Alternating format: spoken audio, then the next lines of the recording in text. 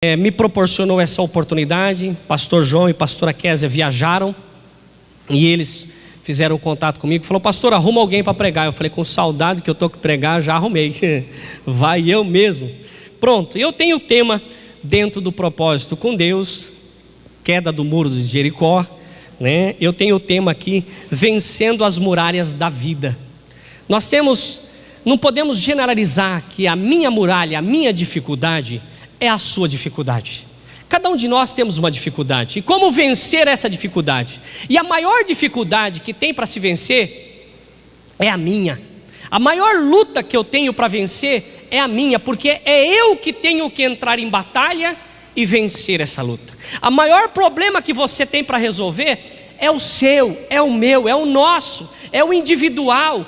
E aí fica difícil às vezes. Para vencer o problema a gente tem que mudar um pouquinho a nossa vida, o nosso jeito de ser, o nosso comportamento. Se nós de repente seguimos um caminho, nós temos que mudar o caminho, porque fazendo sempre as mesmas coisas, sabe qual vai ser o resultado? Os mesmos. Se eu faço sempre do mesmo jeito, eu vou obter sempre o mesmo resultado. Para obter resultado diferente, eu tenho que fazer coisas diferentes, não é? Então, quer ver uma coisa? Quer ver o pessoal perceber na sua casa que você mudou o tempero? Joga uma colher a mais de sal no arroz. Todo mundo vai notar que mudou. Mas se você fizer do mesmo jeito, a pessoa não vai perceber nada. Mas nós temos que fazer a nossa parte e de repente precisamos mudar. Quando fala-se de muro de Jericó, a gente percebe que Deus estava querendo ensinar algo a Josué. Estava querendo ensinar algo ao povo. É por isso que demorou 7 dias. E às vezes na nossa vida não demora 7 dias, demora anos. E como nós vamos perseverar nisso? Como nos manter firme no objetivo que nós temos traçado? Aí entra o tema, vencendo as muralhas da vida. Quero ler com você o que se encontra no livro de Josué, capítulo 6, versículo 1 ao 6 e depois o 20. Josué capítulo 6, que é o tema principal, vencendo as muralhas de Jericó. E aí nós vamos ler esse texto para deixar registrado aí no seu consciente. Diz assim a palavra do Senhor, em Josué capítulo 6, versículo 1. Ora, Jericó estava rigorosamente fechada por causa dos filhos de Israel. Ninguém saía, ninguém entrava. Então disse o Senhor a Josué: olha, entreguei na tua mão Jericó, o seu rei e os seus valentes. Vós, pois, todos os homens de guerra, rodeareis a cidade, cercando-a uma vez. Assim fareis por 6 dias. 7 sacerdotes levarão 7 trombetas de chifres de carneiro adiante da arca. No 7º dia rodearei a cidade 7 vezes, e os sacerdotes tocarão as trombetas. E será que, tocando-se longamente a trombeta de chifre de carneiro, ouvindo voz o sonido dela, todo o povo gritará com grande grita. O muro da cidade cairá abaixo, e o povo subirá nele, cada qual em frente de si. Então Josué, filho de Num, chamou os sacerdotes e disse-lhe: levai a arca da aliança, e 7 sacerdotes levem 7 trombetas de chifres de carneiro adiante da arca do Senhor. Versículo de número 20. Gritou, pois, o povo, e os sacerdotes tocaram as trombetas. Tendo ouvido o povo o sonido da trombeta, e levantando grande grito, ruíram-se as muralhas, e o povo subiu à cidade, cada um em frente de si, e a tomaram. Olha só como que foi. Amém? Essa é a palavra do Senhor. A palavra do Senhor, ela tem poder sobre a nossa vida, porque a palavra, ela faz com que a nossa fé venha a se fortalecer. A fé vem pelo ouvir e ouvir da palavra de Deus. Então nós lemos a palavra, e esta palavra vai trazer fé para você. Queria na introdução aqui dizer que muitas vezes na nossa vida nós olhamos para um ginasta olímpico, por exemplo, aquele ginasta que dá aquelas cambalhotas, que eu não sei como que chama aquilo direito, né? Mas eles dão aquela cambalhota, dá um carpado lá, um rodopio, roda e cai de pé. E aí você pergunta assim: puxa, que legal, né? Há muitas vezes nós não olhamos para a luta desse atleta. Nós olhamos simplesmente quando ele está lá no pódio, ocupando o seu primeiro lugar. Quando ele ocupa o primeiro lugar, muitos que estão fora olham para aquela pessoa que está ocupando o pódio no primeiro lugar e falam assim: eu gostaria de estar lá. É o desejo que nós temos de ser uma pessoa já bem-sucedida. Mas para sermos uma pessoa bem-sucedida, para ocupar o primeiro lugar do pódio, existe um preço a ser pago. Esses atletas, que é a ginástica olímpica, e o que acontece? Eles têm que ter anos e anos de dedicação, e às vezes na sua vida toda, ele consegue participar de apenas uma Olimpíada. Treina 5, 6, 10 anos para participar de uma Olimpíada.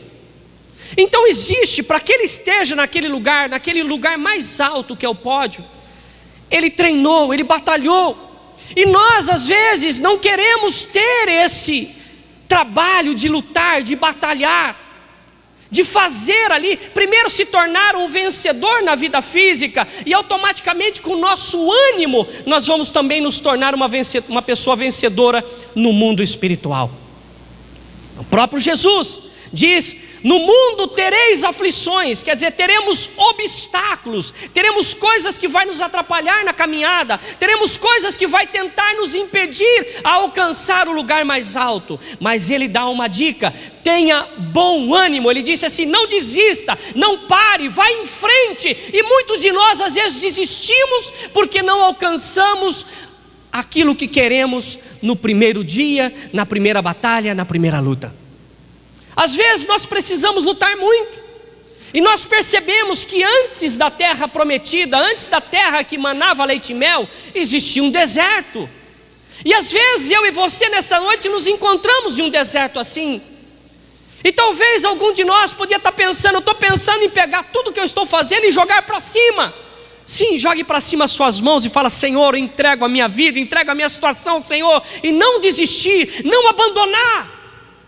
Meu irmão, eu estou numa idade, eu tenho 46 aninhos. Não dá para tem muita coisa na minha vida que não dá para recomeçar. Eu estava hoje em uma clínica, uma comunidade terapêutica, e eu vi algo muito interessante. Meu irmão, os dias estão passando, o dia está andando, as horas estão indo, os dias estão sendo abreviados. Meu irmão, não dá tempo mais de nós perdermos tempo na nossa vida. Não dá mais tempo de nós desistirmos, de recomeçar. É pensar no que está fazendo, traçar melhor estratégia e ir adiante, ir em frente. Muitos de nós às vezes aqui nesta noite está pensando em desistir daquilo que já começou, já andou muitos anos. Talvez você deu uma volta no muro de Jericó. Meu irmão, o muro de Jericó dá a impressão que é um muro do tamanho da igreja. Ele cercava uma cidade, tinha quilômetros, e aquele povo ali ficava andando em volta daquela cidade. E o duro que aquele povo andava em volta da cidade, em 6 dias que eles andaram, eles fizeram sempre as mesmas coisas, tocaram as trombetas, ia andando, a arca na frente, o soldado na frente da arca, soldado na retaguarda. Eles fizeram isso, e para quem era escravo, meu irmão, aquilo era um martírio. Eu já vi tantas coisas, já andei tanto lá no deserto, lá no Egito, carregando barro, e agora eu tenho que ficar andando em volta desse muro. Por que esse muro não cai? Cadê o Deus? E às vezes nós começamos, parece que andar em círculo, em volta do nosso sonho, e às vezes o muro não cai, a gente não consegue tomar posse daquilo que está almejando. Mas o nosso Deus nessa noite quer te fortalecer e dizer para você que você não está sozinho, está muito bem acompanhado, o Senhor está contigo. Outra coisa, quando ele falou de chifre de carneiro, hoje é visto esse chifre de carneiro com um chofar. E esse chofar é o instrumento utilizado por ato religioso, o mais antigo. Esse chofar, ele era utilizado para, tipo aquela corneta que toca quando vai se guerrear, vai batalhar. Esse instrumento, segundo o estudo que fiz, ele é utilizado para declarar guerra, e guerra contra povos perigosos. Além do chofar, quem tocava o chofar tinha que tocar o chofar coberto com um véu chamado talite. É aquele colorido, branco e azul, na sua maioria das vezes. O chofar, ele não é nem mencionado no Novo Testamento mais. O talite, Jesus utilizava ele, mas não é uma prática mais nossa de cristão, isso era do judeu. E nós não podemos viver com o pé em duas coisas. Não podemos viver com o pé no cristianismo e com o nosso pé no judaísmo.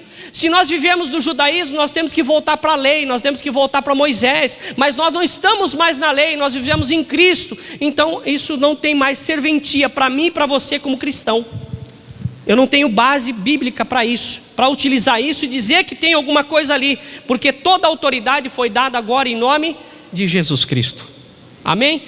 Não sou contra quem usa, mas eu quero dizer que eu preciso de base bíblica para fazer isso, tá certo?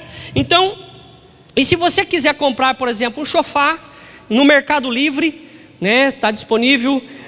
O mais baratinho custa R$250, o mais caro R$1.500. Você pode comprar, ele é feito de chifre de carneiro. Quando é feito de chifre de boi, chifre de outra coisa, ele não tem o nome de chofar, ele não serve para esse fim, tem uma outra finalidade. Então ele é feito exclusivo de chifre de carneiro mesmo. E por que o chifre de carneiro? Eu estou esclarecendo aqui algo que é importante você saber. Eles valorizam o chifre de carneiro porque lembra do sacrifício. Lembra quando Isaac ia ser sacrificado pelo seu pai Abraão? Então Abraão ia sacrificar ali Isaac, e de repente falou assim: olha, não sacrifique, tem ali um carneiro preso pelos chifres. E ali, em simbologia disso, em lembrança desse sacrifício que era o Jesus do Velho Testamento, alguém que ia morrer, a ovelha, o carneiro que morreu no lugar de uma pessoa, como Jesus morreu no meu e no seu lugar. Então todas as vezes que fala desse chifre de carneiro, lembra-se aquilo que aconteceu lá atrás. Outra coisa, quando Josué nasceu, quando nós nascemos em um mundo de escravidão. Como eu disse, há um dia desse, quando a gente planta um pé de limão, o limão ele tem o seu fruto, limão. Mas como a gente sabe que ele vai ser limão? O pecado, o ser humano, a criança, ele é como um pé pequeno de limão. Ele não deu limão, ele não deu o fruto do pecado ainda, mas está ali, um dia vai dar esse fruto. Tanto é que Jesus falou assim: olha, ai se o Senhor voltar num sábado, porque as mulheres que estão grávidas e que amamentam ia ficar sem os filhos, porque as crianças não teriam ali ainda cometido o pecado, dessa forma. Mas a criança, ela nasce com ali o pezinho de limão. Um dia ela vai dar o limão, um dia ela vai pecar, e vai precisar de Jesus. Quando a gente vê um pezinho de limão e a gente quer saber se é limão mesmo, vai lá, pega uma folhinha. Se ele tiver uma folhinha só, um pezinho pequenininho, você pega a folhinha, amassa, tem cheiro de limão. É um limão, só não deu fruto ainda, mas o fruto vai chegar. É como uma criança, ela vai um dia pecar, e dependente da salvação de Jesus, vai ser. E aí ele nasceu, Josué nasceu no mundo de pecado. Eles ficaram 430 anos lá no Egito. Desses 430 anos, 400 anos eles foram escravizados. Aí você vai ver na Bíblia: mas é 430 num, o outro é 400, qual que está certo? Eles viveram 430 anos lá, mas desses 430, 400 era escravo. Quando a gente fala assim: ao mundo jaz no maligno, a pessoa do mundo, o que isso está querendo dizer? Meu irmão, olha, o mundo, nós não estamos falando da terra em si, nós estamos falando do sistema que o mundo vive. É olho por olho, dente por dente, é o mais forte, é aquele que eu vou passar por cima do outro. Esse é o sistema do mundo, o sistema que o mundo tem. Então quando Josué nasceu, ele nasceu num mundo de escravidão. A única coisa que Josué sabia era obedecer ordens. Ele obedecia às ordens ali. E ele estava vivendo nesse mundo, no sistema daquela época. Nesse mundo que ele teve uma identidade mudada, né? Nós até comentamos isso na viagem. No mundo de escravidão, quando estava no Egito, Josué não era conhecido como Josué. Josué não chamava Josué. Ele tinha um outro nome. Abra no livro de Números 13, volta um pouquinho aí, 2 livros, né? Deuteronômio, Números é o antes. No livro de Números, capítulo 13, versículo 16. 13, 16. Quando foi separado os espias,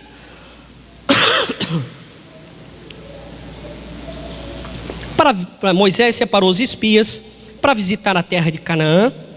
Olha o versículo 16, Números 13, 16. São estes os nomes dos homens que Moisés enviou a espiar aquela terra. E Oséias, filho de Num, Moisés chamou Josué.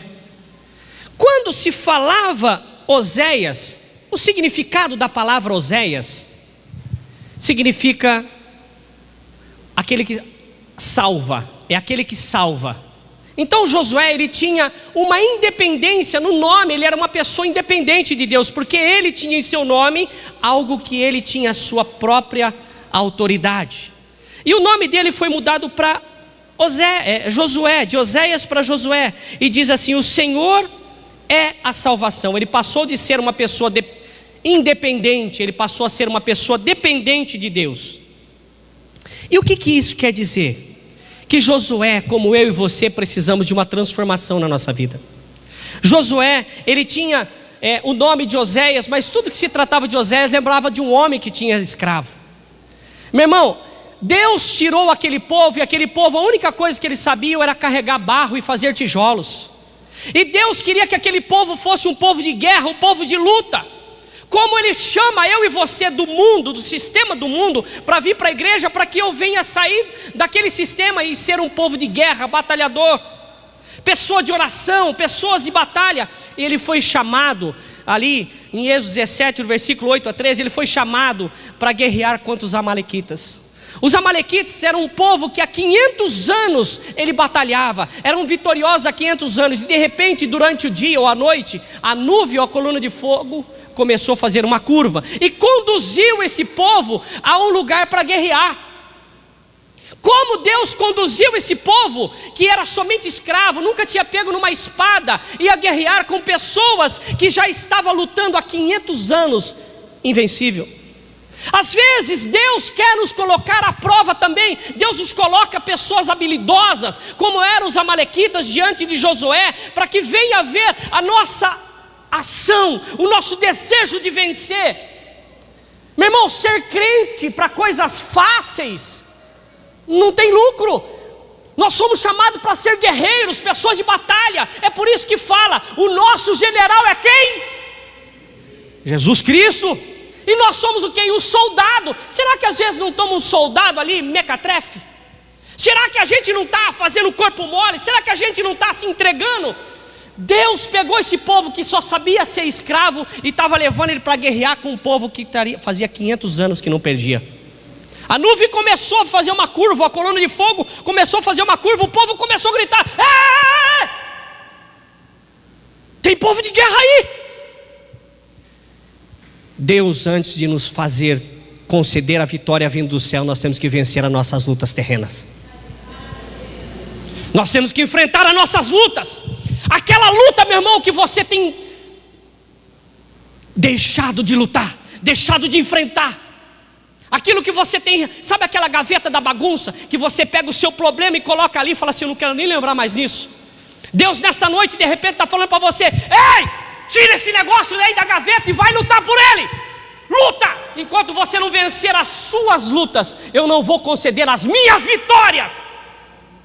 Foi assim que Deus fez com Josué. De repente, esse povo, ele separou pessoas e foram guerrear com esses amalequitas. Tinha um intercessor chamado Moisés.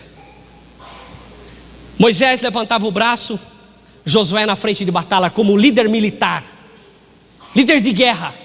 Ele vencia. Moisés cansava o braço, eles perdiam. Levantava o braço, eles venciam.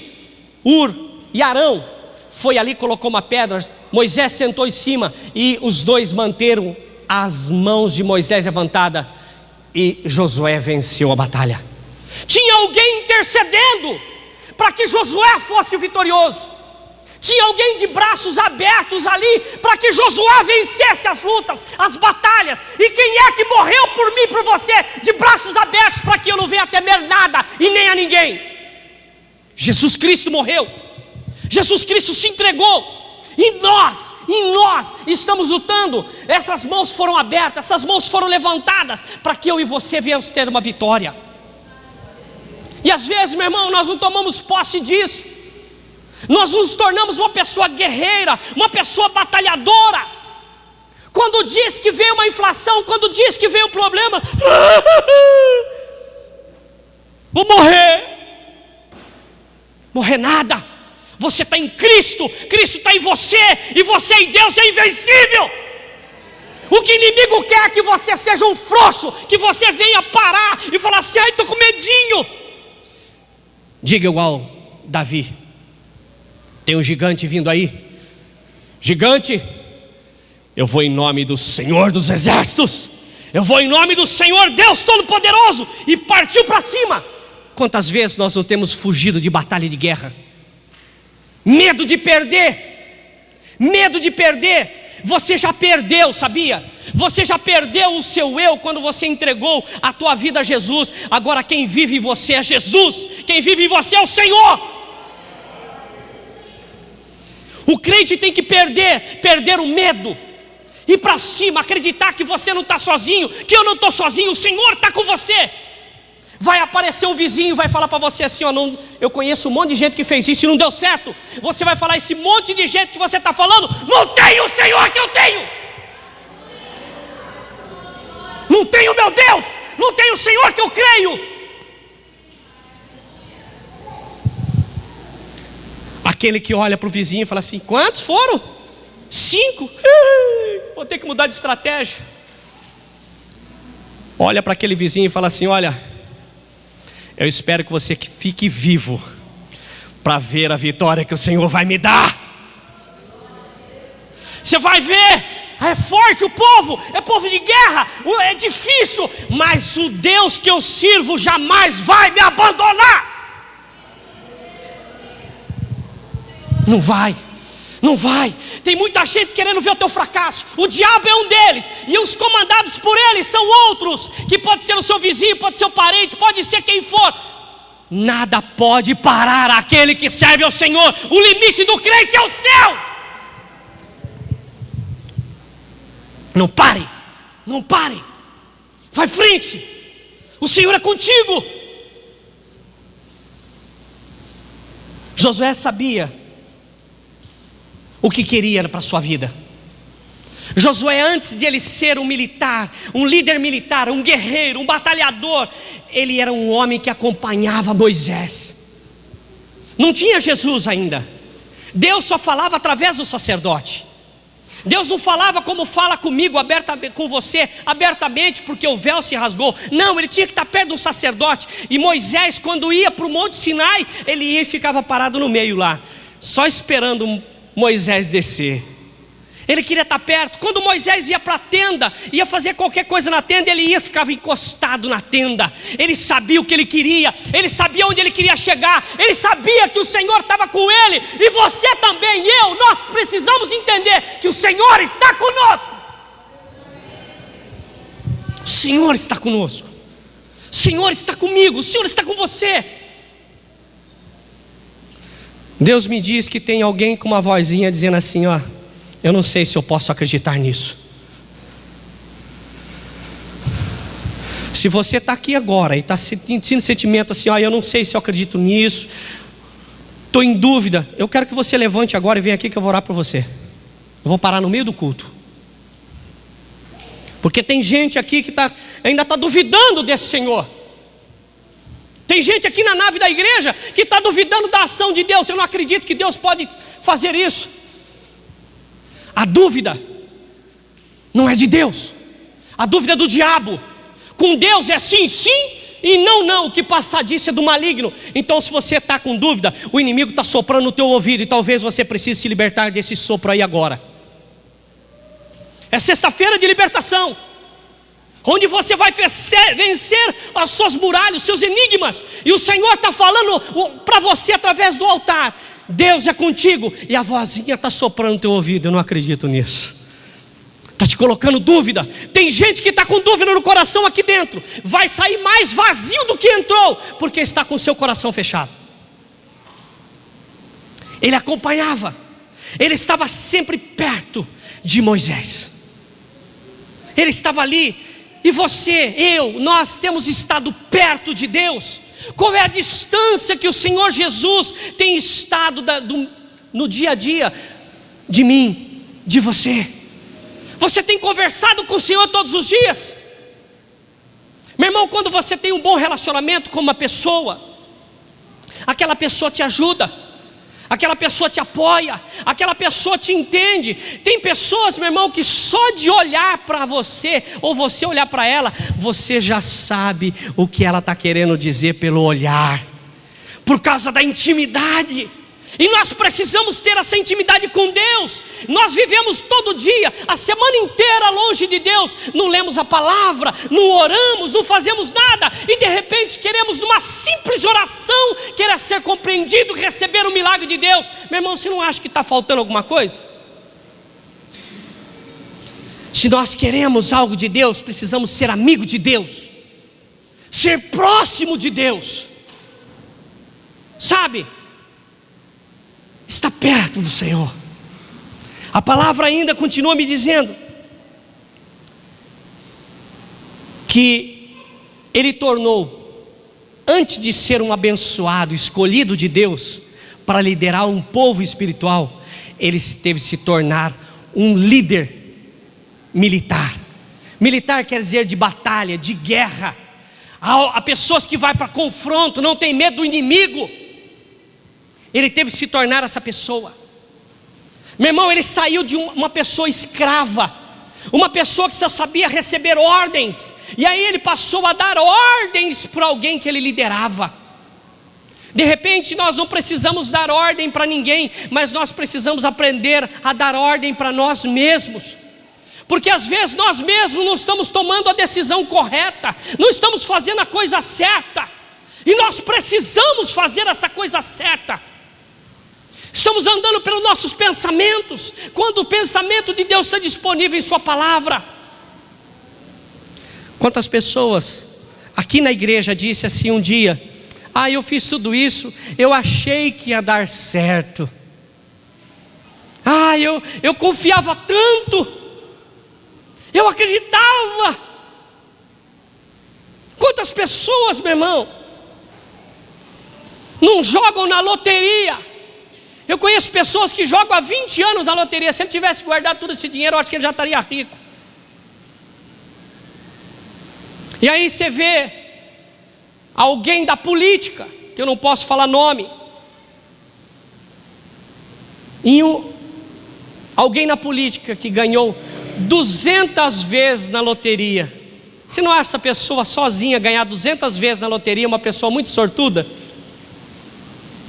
Quando você outrora, ou quando pessoas que você conhece já joga 10, 20 anos e nunca passou nem perto, nem uma camiseta que tirar um terno. E o cara que às vezes nunca jogou, ganhou 200 vezes, meu irmão. Vamos ser inteligentes. Primeiro que jogo de azar não tem nada a ver com Deus, porque a nossa sorte é Cristo. Mas de repente pode ter algum crente nós aqui querendo fazer uma sortinha, né? Para aí, meu irmão, para. A sua sorte é Jesus Cristo. Quem supre a sua, a minha, a nossa necessidade é o Senhor. Não acredite. Se fosse uma coisa séria, meu irmão, o homem não tinha ganhado 200 vezes. Vai para a internet, pergunte para o Google. Google, quem ganhou 200 vezes na loteria? Vai vir o resultado, sei lá. Não acredite no que eu estou falando, vá atrás. Tenha certeza, veja com seus próprios olhos, veja a notícia. Ele teve que se transformar de um cara que era escravo, medroso, que chamava Oséias, que tinha uma independência, transformou em Josué, passou alguém a ser dependente do Senhor, foi transformado de um cara covarde em um cara vencedor, líder, porque o Senhor estava com ele, ele tinha o desejo de estar perto do Senhor. E eles rodearam a cidade. Quantas vezes, meu irmão, eu vou falar de coisas, a gente sem cascalho no bolso, sem larame, cartão limite de crédito estourado, fatura escondendo do marido, escondendo da esposa. Não é? Isso não acontece aqui, só no outro país. Chega a fatura, você quer pegar primeiro na caixinha de correspondência. É uma briga para ver quem chega primeiro na caixinha de correspondência. Já amassa, vejo pela internet. Quantas vezes a gente não rodeia a vitrine? Ah, se eu tivesse esse vestido tubinho, essa sandália invade Jericó. Até agora na moda, né? Aquela sandália parece de Moisés, né? De Josué. Não tem, não? Cara, cheio de tirinha. Ah, se eu tivesse uma sandália dessa, o muro de Jericó ia cair. Não vai cair, irmão. Talvez você caia numa conta a mais. Quantas vezes nós nos rodeamos de vitrine, nós não rodeamos concessionária, o desejo ali, e às vezes nós não fazemos isso com o Senhor, não ficamos próximos de Deus. Em Hebreus 11:30 diz que pela fé os muros caíram. Eles rodearam 1, 2, 3, 4, 6 vezes, uma vez. Quantas vezes ou quantos anos você já tem rodeado aquilo que você quer? Não rodeado com o seu desejo, mas rodeado de oração. Rodeado pedindo a Deus: Deus, está lá o meu filho, está lá minha filha, está lá o meu marido, que eu queria ser a boca daquela garrafa, porque aquela garrafa não sai da boca dele. Tantas coisas estão acontecendo, é a muralha, e você tem rodeado ali aquela situação em oração. Eu tenho certeza que o muro vai cair, eu tenho certeza que o Senhor tem vitória para a tua vida. Só não desista, seja perseverante. Era um povo escravo que estava rodeando, um povo medroso, e talvez eles olhavam em cima da muralha, porque a muralha tinha cerca de 10 metros de altura, 2 metros de largura, 4 metros de largura, e tinha um espaço de 2 metros, tinha mais outro de 10 metros, enfim, eram 2 muralhas. E aquele povo que estava ali embaixo olhava e via soldados capacitados ali, seus escudos, arcos, flechas, tudo preparado, e eles olhavam lá em cima assim, Lá no Egito tinha um desses, sabe aquele chicotão lá, eu já apanhei muito daquele. Tinha um povo rodeando ali que era um derrotado, mas meu irmão, ele era derrotado pelas forças dele, mas pela força de Deus aquele muro ia cair com todos em cima. Então não importa quem está impedindo a tua vitória, a sua oração vai tocar o céu, e tudo que está impedindo vai cair por terra, em nome de Jesus Cristo. Você tem que crer nisso. Ele diz que pela fé o muro caiu. A fé, meu irmão, a palavra de Deus me diz que a fé move montanha. E a fé não vem de outra forma a não ser de ouvir a palavra de Deus. Eu preciso abrir o meu coração e falar: Senhor, entra na minha vida, entra na minha casa, entra na minha família, muda tudo. Talvez você veio nessa noite e está perguntando a Deus: Senhor, eu tenho lutado por algo na minha vida já faz 10 anos. Faz 10 anos que eu estou orando para o marido, para a esposa, para o filho largar desse vício, e não acontece. Aí vem o pastor Osmir fazendo um propósito desse. Será que Deus vai dar a vitória? Deus tem poder para dar a vitória. Nós precisamos ter fé para receber. Queria chamar o ministério de louvor.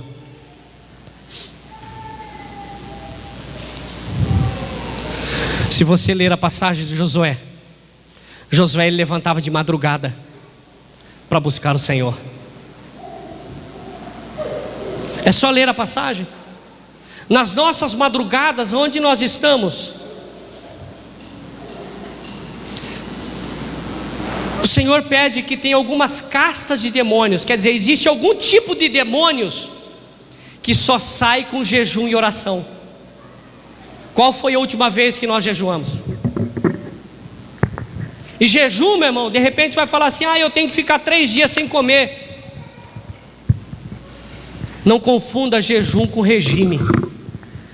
Eu fiz um jejum, olha como que eu estou. Isso não foi jejum. Jejum você faz com o coração. Você se abstém do alimento, sim, mas para que a tua força venha do céu.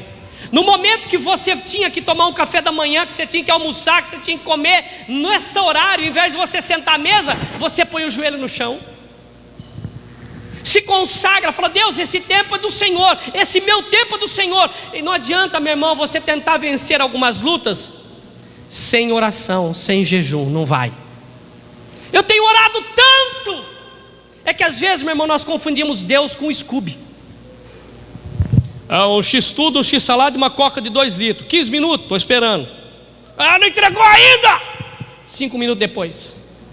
Com Deus é diferente. O nosso coração tem que estar preparado para receber a bênção dele. E às vezes não está. Porque às vezes o meu e o seu coração é um coração ignorante. Se Deus não quer fazer na hora que eu não quero mais também, eu não quero mais. Cancela tudo, cancela.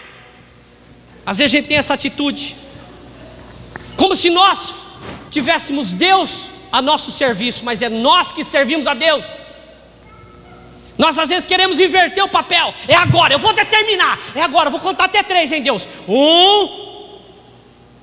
Não vai dar, meu irmão. Deus não me obedece, é eu que tenho que obedecer a Ele. É eu. E às vezes, meu irmão, nós não recebemos a bênção porque nós somos, ignorantes, querendo cobrar de Deus aquilo que nós não estamos dando para Ele.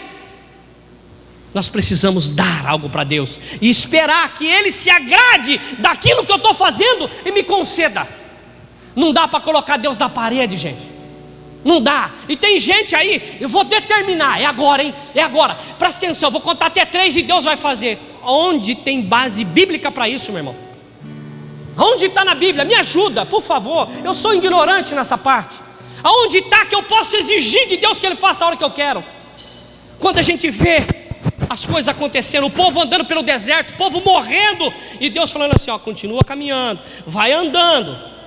Aqueles que pararam no deserto morreram. Por isso que eu digo para você: não pare, senão você vai morrer. Nós vamos louvar um cântico agora. Eu não sei qual que eles vão louvar, mas depois eu quero fazer uma oração contigo. Queria convidar você para ficar em pé e cantar esse cântico como você nunca cantou, porque eu tenho certeza que o canto que eles vão tocar, pelo menos eles têm que saber lá, hein? Amém?